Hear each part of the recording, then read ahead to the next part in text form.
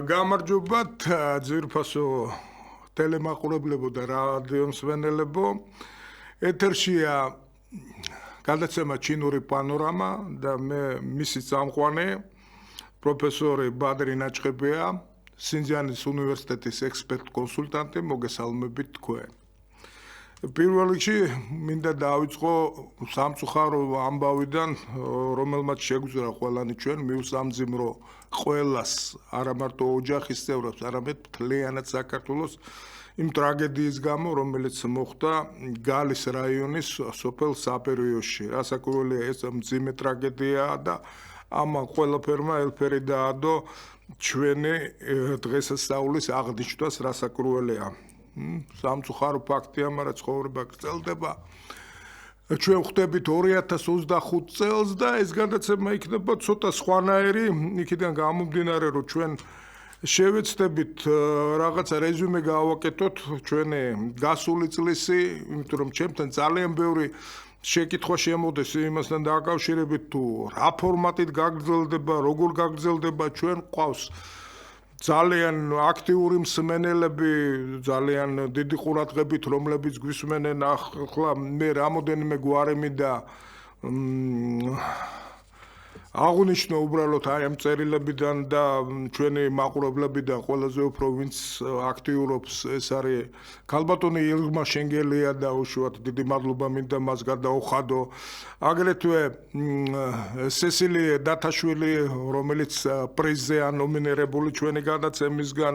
კიდე ბევრი შემიძლია დავასახელო, მაგრამ მე ეს დიდი სიამაგი და ყოველ გადაცემაში მე აუცილებლად დავასახელებ და აი აქტიურ მსმენელს აუცილებლად დავაჯილდოებ და თქვენ ამის შესახებ ყველაფერს გაიგებთ აი ჩვენ მომავალ გადაცემაში. მოდით გადავხედოთ ახლა გასულ წელს, რა გაკეთდა და როგორ გავაკეთეთ. პირველ რიგში მე მინდა ხაზი გაუსვა, პირველ რიგში ხაზი გაუსვა იმას, რომ ჩვენ გადაცემებში ძალიან ხშირად მოყვავს ისეთი სტუმრები, რომლებიც აუცილებლად რაღაც კავშირში არიან ჩინეთთან.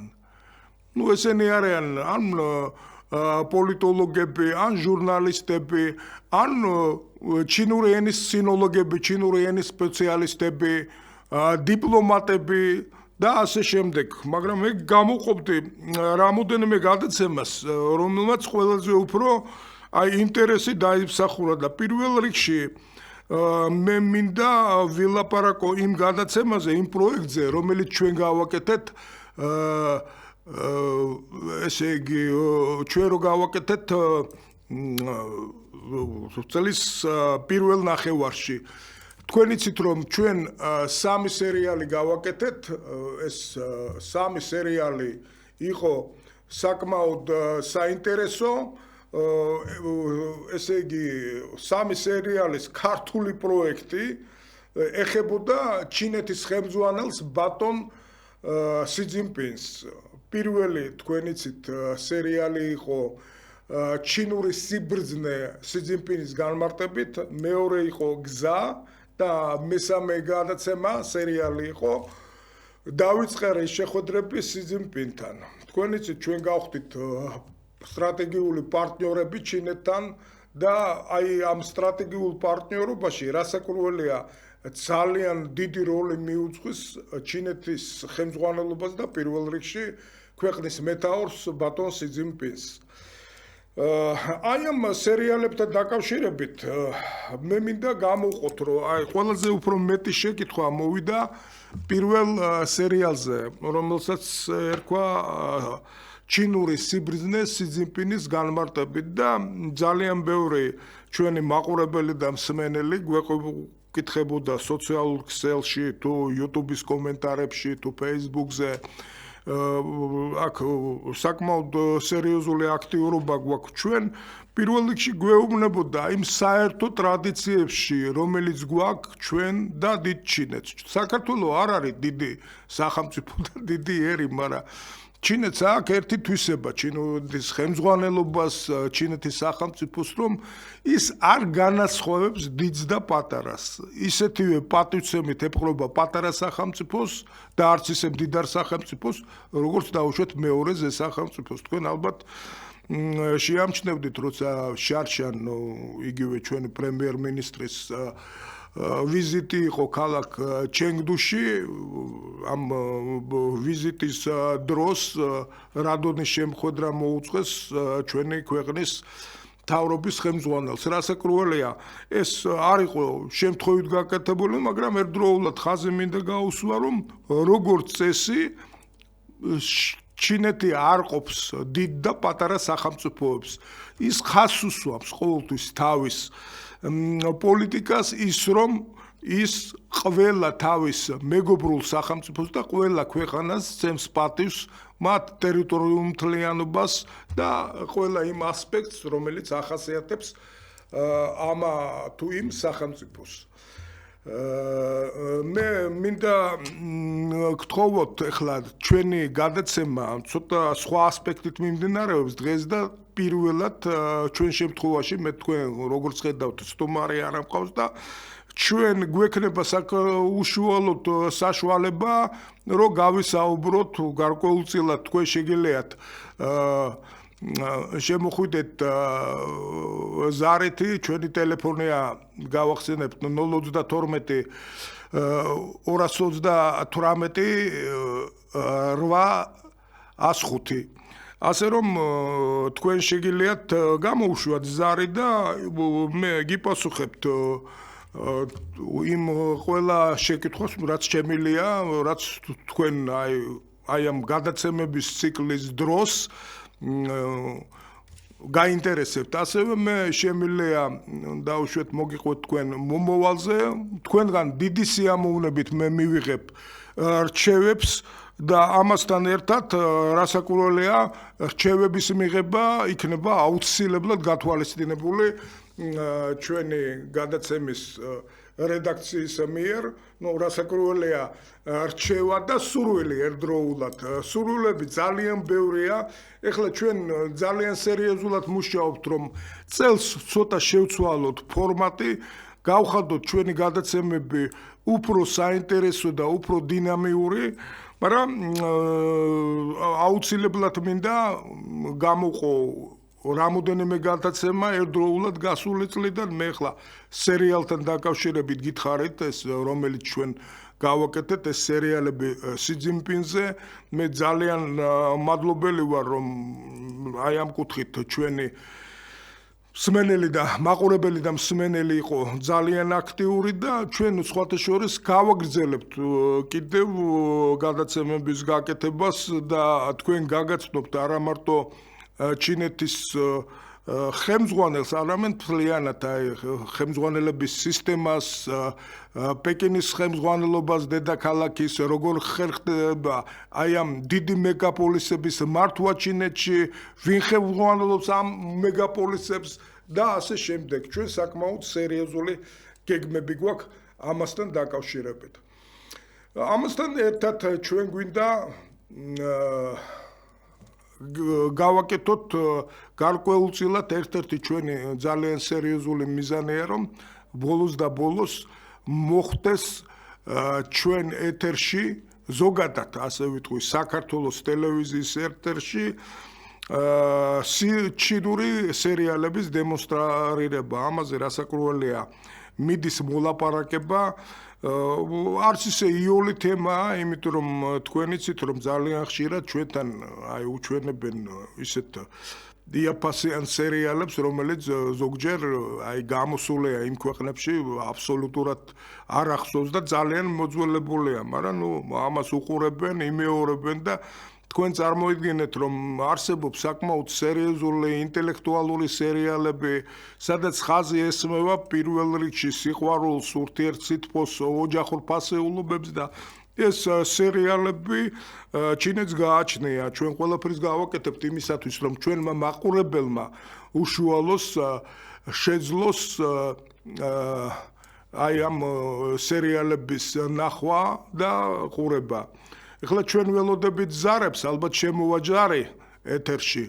მე იმედი მაქვს, რომ ჩვენ უპასუხებს აუცილებლად საინტერესო შეკითხვებს, მაგრამ ერთდროულად მე ვიცი, რომ ჯერჯერობით ეს დღესასწაული გრძელდება საქართველოში, არ არის დამთავრებული ასე ვთქვათ, სახალხო დღეები და არ გამიკვირდება, რომ დღეს უბრალოდ ძალიან ბევრს არცალეა უბრალოდ, რომ ტელეეკრანთან იჯდეს და გვესაუბრო ჩვენ, მაგრამ მე გავაგრძელებ საუბარს თუ რომელი თემები დააინტერესდა ყველაზე უფრო უკვე ჩვენი სტუმრებიდან ჩვენ მაყურებელს. ლიდერთა შორის პირველ რიგში მე მინდა დავასახელო ბატონი დავით აფციაური. თქვენ იცით ბატონი დავით აფციაური იყო საქართველოს ელჩი ჩინეთის რესპუბლიკაში 2014-2018 წლებში ჩვენის ყავდა სტუმრად და თქვენ წარმოიდგინეთ რომ ესე ვთქვათ ესეთი ყველაზე ბევრი თხოვნა რომ ჩვენ გაგვეგზელებინა მასთან საუბარი აი მისმა სტუმრობამ გამოიწვია სინამდვილეში ჩვენ ვნახეთ რომ აი საფუძვლები იგივე ჩინურ-ქართული სტრატეგიული ურთიერთობის ჩამოყალიბებაში აი იმ დროს დაისახა ასე ვთქვათ 2010 წლიდან სინამდვილეში ეს იყო ძალიან სერიოზული პერიოდი ეხლა ზარია ეთერში აბა გისმენთ ეთერში ვარ დიახ ბატონო ჩემო ეთერში ხართ გისმენთ მოგესალმებით ბატონო ბადრი გილოცავთ ახალ წელს შობას მოგესალმებით დიდი მადლობა თუ თქვენს მაყურებელსაც და მსმენელსაც ვიმბრძანდებით თუ შეიძლება რომ წარმოგვიდგეთ თქვენი ხშირად მაყურებელი ეხლა მინდა ერთი რამ საიდან ბრძანდებით ბატონი ჩემო სახელი გვარი რო გითხრათ მეც გილოცავთ ახალ წელს მრავალს დაესწარეთ თქვენ და თქვენი ოჯახი ალბათ მე ვიცი ჩვენ ბევრი მაყურებელი გვყავს და რო გითხრათ ვიმბრძანდებით რომ გაიგოს ჩვენმა საზოგადოებამ თქვენ შესახებ ნიკოლაშვილი გამოუსწორებელი რიადისტი ეხლა რა მინდა გითხრათ ბატონო ბადრი სახელი თქვენი ბატონო ის მაინც მიგვითხარით პაატა ნიკოლაშვილი პაატა ნიკოლაშვილი დიახ ბატონო პაატა გისმენთ ეხლა ყურადღებით მოგეხსენებათ არის ესეთი გადაცემა ტელევიზია ჯორჯიან ტაიმსი დიახ ხო გუშინ გამოვიდა თემურ გიორხელიძე 3-ის აწუზე 14 საათსა და აწუზე ხო და ეს არის მაგარი პიარისტი ამერიკის და ბატონმა დემურმა ესეთი რამე ბრძანა რომ საქართველოს არ აყავს ჩინეთის სპეციალისტიო და იქნება რამენაირად მოიწვიოთ თქვენთან და დიალოგი გამართოთ რა უკეთესია საქართველოსთვის ჩინეთი თუ ამერიკა კი ბატონო მიღებულია ბატონო პაატა ძალიან დიდი მადლობა რომ გითხარით მე ბატონ გიორხელიძეს ასე ვთქვათ აუცილებლად შევეცდები რომ მოვიწვიო ჩვენ გადაცემაში და ისეთ რა შეესაქმე ჩვენ ალბათ მიაქციეთ ბატონო პაატა ჩვენ გადაცემაში მე პირადად ვცდილობ რომ მაქსიმალურად წარვადგინო ჩვენი სტუმარი ეს პოლიტოლოგი იქნება თუ სხვა სახის სპეციალისტი ან ეკონომიური ექსპერტი რომ თქვენ გაიგოთ მაქსიმალური მის შესახებ და მის შეხედულებაზე პირველ რიგში და მე რასაკურველია ადგილი რასაკურველია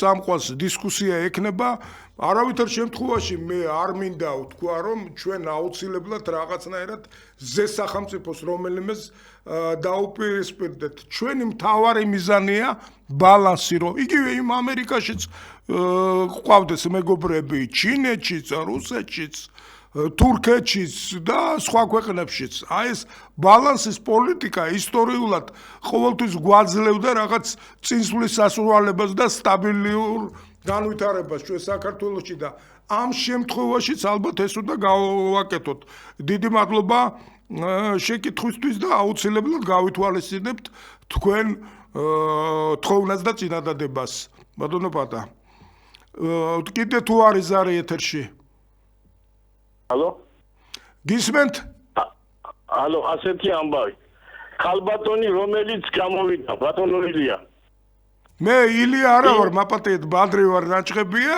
ეს გადაცემაა ჩინური პანორამა თუ გამქონიათ ბოდიში კი ბატონო თუ შეიძლება შემდეგი ზარი თუ არის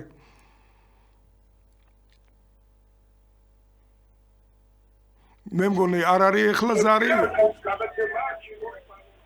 გამარჯობათ ალო დიახ გისმენთ ხალბატონო ბრძანეთ გამარჯობათ იცით რაშია საქმე საერთოდ ქართველები ძალიან სუსტები ვართ დიპლომატიაში ხალბატონო თუ შეიძლება აი ჩემ გადაცემაში მე ძალიან მინდა 90-იანი წლებიდან მოყოლებული ჭკვიან ხალხს არ დაუჯერეთ მაშინაც და როგორი სამოქალაქო ომი დაიწყო და ამის შემდგომ მოხდა უკვე ტერიტორიების დაკარგვა და კარგავთ იმის მერე სულ ტერიტორიებს და სულ მივდივართ უარესობისაკენ არა ძალიან ჯიუტი ხალხი ვართ და კი ვიცით კარგი რა არის მაგრამ ჩვენი პრინციპების გამო ჩვენი ქედმაღლობის გამო ჩვენი პატიმოყარეობის გამო სამშობლოს ვწირავთ და მე გაოგნებული ვარ აი ეს ინტელიგენცია ახლა რომელიც გამოდის ისეთი ხალხი რომელიც ამას არ უნდა კადრულობდეს ქვეყანა მიღავთ ომამდე სამოქალაქო ომამდე და არ არის გამორიცხული რომ რუსეთმა დაიწყოს აქ ომი იმიტომ რომ ამერიკის ჯარები და ნატოს ჯარები ჩაერიოს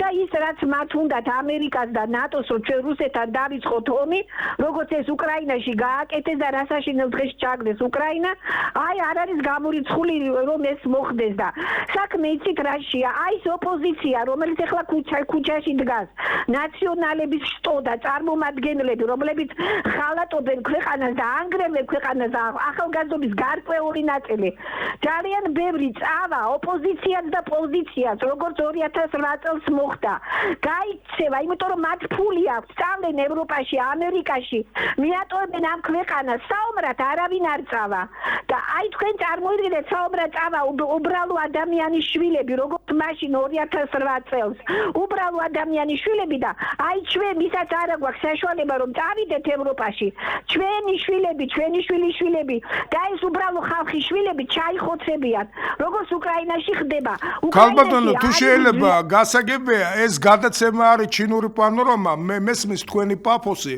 ამ შემთხვევაში მე უბრალოდ ვიტყვი იმას რომ აი ჩვენი ჩინეთთან ურთიერთობა არის ძალიან მნიშვნელოვანი ეს ყველაფერი იმისთვის კეთდება დაუშვათ ჩინეთთან სტრატეგიული პარტნიორობა რომ საქართველოში იგივე სტაბილური მდგომარეობა ქვეყნის სტაბილური მდგომარეობა გამტკიცდეს ჩინეთი ვებერთელა ზესახამწიფოა ეს მეორე ეკონომიკაა მსოფლიოში და ჩვენ დღეს მასთან პარტნიორული სტრატეგიული ურთიერთობა გვაკავშირებს ამიტომ ბევრი ჩინეთი საქართველოში იქნება ბევრი სტაბილურო მოგვიტანს ბევრ სტაბილურობა საქართველოში და თქვენიცით ახლა ჩინეთს არავითარ შემთხვევაში არასდროს საქართველოს მიმართ ტერიტორიული მთლიანობა არ ექნება და რასაკურველია ჩვენ აუცილებლად უნდა დავიცვათ ბალანსი მშვიდობა არის ჩვენთვის ერთ-ერთი მთავარი კომპონენტი ამის გარეშე განვითარება გამორიცხულია ამიტომ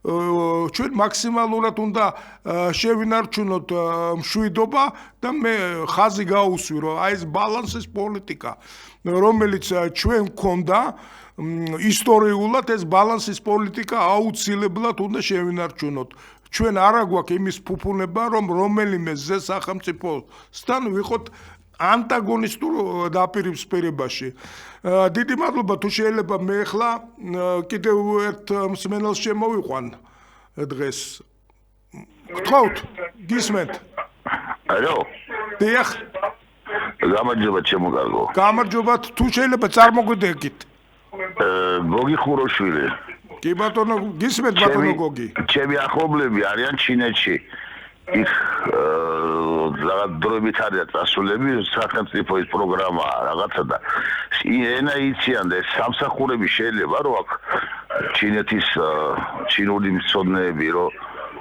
დავასაქმოთ ან საერთოდ მაგის პერსპექტივა არსებობს იცით რაშია საქმე ახლა ჩვენთან ბატონო გოგი რასაკურველია თუ თქვენი ახლობლები სწავლობენ ჩინურ ენას ჩინური ბიზნესი ვითარდება და რასაკვირველია არა მარტო ბიზნესი, არამედ სხვადასხვა კულტურული სექტორი, რასაკვირველია ეს ენის სოდნასია ძალიან ბევრი. დამოკიდებული მათ ექნებათ საშუალება რომ საქართველოში იპოვონ თავისი ადგილი. რასაკვირველია თქვენ შეგიძლიათ მოხვიდეთ კულტურის იგივე ბატონო კულტურის წარმომადგენლები არიან. ნუ ძალიან კაი, იცით რა არის? აი ეს ახლა უვიზო მიმოსვლა ჩინეთ და საქართველოს შორის, ესე იგი ფართოდ იხსნება კარები სხვადასხვა ორგანიზაციების, კულტურული, სამეცნიერო ორგანიზაციების, ნუ ბიზნესზე მე არ ვლაპარაკობ და რასაკვირველია, ჯერჯერობით ჩინური ენის სპეციალისტები საქართველოში დეფიციტია, ამიტომ აი ეს მოწოდება რომ ისწავლონ ჩინური ჩვენ გადაცემაში ალბათ არასდროს გინახიათ ჩვენ ცნობილი სინოლოგები ყავდა ქალბატონი ელისაშვილი, ქალბატონი თამარ პატაშური ჩვენ გავაგრძელებთ აი ამ უმაღლეს სასწავლებლებთან ურთიერთობას რომლებიც ჩინურ ენას ასწავლიან და სხვა შემთხვევაში დაუშვეთ მე მზათა ვარ გარკვეული კონსულტაციები გაუწევ თქვენ ახლობლებს მე მინდა შემოგთავაზოთ რომ მობრძანდნენ ჩვენთან ოფისში და ჩვენ მაქსიმალურად შევეცდებით დავეხმაროთ, დავაკვალიანოთ და ყველანაირად შეუწყოთ ხელი. რასაკვირველია ჩვენთან სხვათა შორის ძალიან მომავალ წელს ერთ-ერთ ჩვენ გეგმაზე გეტყვით რომ ჩვენ ვაპირებთ ბიზნესმენების მოწვევას, უფრო გააქტიურებას, იქიდან გამომდინარე რომ უკვე საკმაოდ გაიზარდა ქართული ბიზნესის რაოდენობა, რომელიც თავის საქმიანობას უკავშირებს ჩინეთთან ურთიერთობას და ეს ამ ბიზნესმენებს ჩვენ ძალიან ხშირად არ ვიცნობთ. აი ძალიან ხშირად მე მეკითხებიან რომ აი ქართული ბიზნესი საზღვარგარეთ, უცილებლად რაღაცის შემოტანა ჩინური პროდუქციის და აქედან მარტო ღვინის გატანა. ეს ასე არ არის. ჩვენ შევეცდებით აუცილებლად ის სიახლეები გააჩვენოთ, რაც ამ კუთხით არის ჩვენ გადაცემებში, შევხვდეთ საინტერესო ადამიანებს, აი ერთ-ერთი ბოლო გადაცემა თუ მიაქციეთ თქვენ იყო ბატონ შოთა ბითაძესთან. ეს არის ქართული ჩაის ასოციაციის ერთ-ერთი ხელმძღვანელი, ერთადერთი ჩაის მუზეუმია საქართველოში, ჩინეთის მეშვეობით, ჩინეთის საელჩოს და სახელმწიფოს მეშვეობით პრაქტიკულად მიმდინარეობს ქართული ჩაის აღორძინება. აი წარმოიდგინეთ ახლა ჩვენ თითქმის მაქსიმალურად გავანადგურეთ ეს ვებერთელა კულტურა საქართველოში და დღეს მიმდინარეობს მისი აღდგენა და ამ აღდგენაში გვერდში გვიდგას ჩინეთი თავისი ყველანაირი სამეცნიერო ეკონომიური პოტენციალი და ასე შემდეგ. დრო რასაკვირველია საკმაოდ ბევრია დაკარგული იქიდან გამომდინარე აი ამ წლების განმავლობაში მოხდა ჩაის კულტურის და ჩაის მეურნეობების გაჩანაგება ფაქტიურად სულ რამოდენიმე კომპანია მუშაობს თითზე ჩამოსათვლელი კომპანიები აი ამ ჩაიზე უბრალოდ ბატონმა შოთამ ისეთი ციფრები დაასახელა ჩვენ ვიცოდით მაგრამ თლად ასეთი კატასტროფა რო იქნებოდა ამას ვერ წარმოვიდგენდით რომ აი ამ ათასობით გექტარისგან დარჩენილია სულ რამოდენიმე ნორმალური ის 1000 გექტარამდე ჩაის პლანტაციები საქართველოში და ეს ძალიან დიდ შეშფოთებას იწვევს, მაგრამ რაც მთავარია, გამოჩნდნენ საქართველოში ხალხი, ენთუზიასტები, რომელიც აი ამ საქმეს აკეთებენ. ბატონ გოგი, დიდი მადლობა, კიდევ ხომ არ არის შეკითხვა? მადლობ ძვირფასო მეგობრებო, ეხლა მე ისევ მინდა გავუსვა აი ჩვენ მომავალ პოზიციებზე სანამ გადავალ და გაგაცნობ ჩვენ მომავალ გეგმებს ნაწილობრივ მე გაგაცანით მე მინდა გასულ გადაცემებზე ვილაპარაკო და აღვნიშნო აი ეს სამი გადაცემა ჩვენ არაერთი სტუმარი ყავდა რომელმაც ყველაზე დიდი ინტერესი გამოიწვია რასაკვირველია მე გითხარით უკვე გადაცემა დავით აფცეაურთან და ჩვენ ბატონ დავით აფცეაურს აუცილებლად შევხვდებით ასევე იყო საკმაოდ საინტერესო გადაცემები ფილოსოფიის მეცნიერებათა დოქტორთან, პროფესორთან სოხუმის უნივერსიტეტის სამშვიდობო განათლების ცენტრის ანალიტიკოსთან ბატონ თემურ ფაჩულიასთან შეხვედრა. და აგრეთვე ერთ-ერთი მთავარი და საინტერესო შეხვედრას აღნიშნავენ თვითონ სოხუმის სახელმწიფო უნივერსიტეტის რექტორთან პროფესორ ზურაბ ხონელიძესთან. თქვენ იცით რომ ამ ბოლო დროს უფრო საზღვარგარეთ ძალიან პოპულარულია ხონელიძეს დოქტრინა და აი ამ სამხრეთ კავკასიის უსაფრთხოებასთან არის ეს ყველაფერი დაკავშირებული და ჩვენ ვართ სინამდვილეში ხიდი აღმოსავლეთ და დასავლეთ შორის და აი ამ ხიდის ფუნქციონალურ დატვირთვაზე და ამ ხიდის მშენებლობაზე და შემოქმედებაზე აი ჩვენ აუცილებლად დავუპატიჟებთ კიდევ ბატონ ზურაბ ხონელიძეს ჩვენ ეთერში. კეთილი გენეცვალე, აბა კიდევ თუ არის ზარი ჩვენ ველოდებით. ბატონობადრი. გამარჯობათ. გამარჯობათ ბატონობადრი. გამარჯობათ. გისმენთ თუ შეიძლება. ბრავოს დაიცალეთ, გთხოვთ წარმოგვიდგინოთ თავი. ბოჯორიშვილი გელა, ბედნიერი ახალი წელი ქონდეს. ბედნიერი შობა ახალი წელი ბატონო გელა, გისმენთ დიდი ყურადღებით. მაინტერესებს ისა ანაკლიის სპორტის მშენებლობა დაწყებული და ჩინური კომპანია თუ აშენებს. ჯერჯერობით ყველაფერი დამტკიცებულია ჩინური კომპანია. მე ახლა თავს ვიკავებ აი კონკრეტიკიდან, როდის რა როგორ იქნება. გადაწყვეტილია ყველაფერი. სამწუხაროდ არიან ძალები, რომელიც ეწინააღმდეგებიან ამ პროექტს, მაგრამ მე ბატონ გელა რამოდენიმეჯერ ჩემ გადაცემებში უფრო კონკრეტულად მილაპარაკია რომ ანაკლიის თემა და ანაკლიაში ჩინეთის შემოსვლა აი განმუხტა დაძაბულობა რომელიც იყო ამ რეგიონში. პირველ რიგში ესე იგი პირველ რიგში ის მომენტია რომ უკვე დაუშვათ რუსეთი არ არის ისეთი აგრესიული როგორც იყო იმ შემთხვევაში თუ დაუშვათ ამერიკას გადაეცემოდა ესპორტი. ამასთან ერთ-ერთ გადაცემაში ჩვენ აღვნიშნეთ რომ რა ენთუზიაზმი გამოიწვია ამ თემამ აფხაზეთის ტერიტორიაზე. აქ ბატონი ლევან გერაძე იყო ისევ სოხუმის სახელმწიფო უნივერსიტეტიდან, რომელსაც საკმაოდ ბევრი მეგობარი და კოლეგა ყავს დე ფაქტო აფხაზეთის ტერიტორიაზე და მან განაცხადა რომ როგორ ელიან აფხაზი ბიზნესმენები აი ამ შენებლობის დაწყების ფაქტს და გვთავაზობენ თავის ჩართულობას ამ პროცესში. პირველ რიგში ის კი არა დასახელებული იყო კონკრეტულად ბიზნესმენები ტყვარჩელიდან, რომელიც გვთავაზობენ უკვე აი ამ პორტის მხარი მასალებით უზრუნველყოფას და ასე შემდეგ. ამიტომ მე დავუშვათ ამ ჩინეთის შემოსვლით პირველ რიგში ამ დიდ ოპიექტზე პირველ რიგში დავინახე ის რომ ამ ნაბიჯმა ჩინეთის შემოსვლამ განამტკიცა საქართველოს სტაბილურობა და მშვიდობა. ამ შემთხვევაში მე მგონი ჩვენ არავის ხელს არ შეუშლით, უბრალოდ საქართველო იღებს იმ ხიდის ფუნქციას, რომელიც მას ისტორიულად ჰქონდა. ხიდი დასავლეთ და აღმოსავლეთ შორის. ძვირფასო მეგობრებო, თქვენ იცით ახლა სადღესასწაულო დღეებია, მე უბრალოდ ძალიან მოკლე ფორმატში გადავდივარ დღეს, მაგრამ ძალიან დიდი მადლობელი ვარ მსმენელებისთვის და ტელემაყურებლებისთვის, რომლებიც შეკითხვით შემოვიდნენ. ჩემი Facebook გვერდი, თქვენი კომენტარები YouTube-ზე, სხვა სოციალურ ქსელებში თქვენ გადაცემასთან ჩვენთვის ძალიან მნიშვნელოვანია და აი დღეს დაუშვათ ჩვენ მივიღეთ ესეთი რჩევა, თხოვნა. ჩვენ მზათა ვართ ყველანაირად გვერდში ამოგიდგეთ თქვენ. ჩინური პანორამა არის ერის სამსახურში.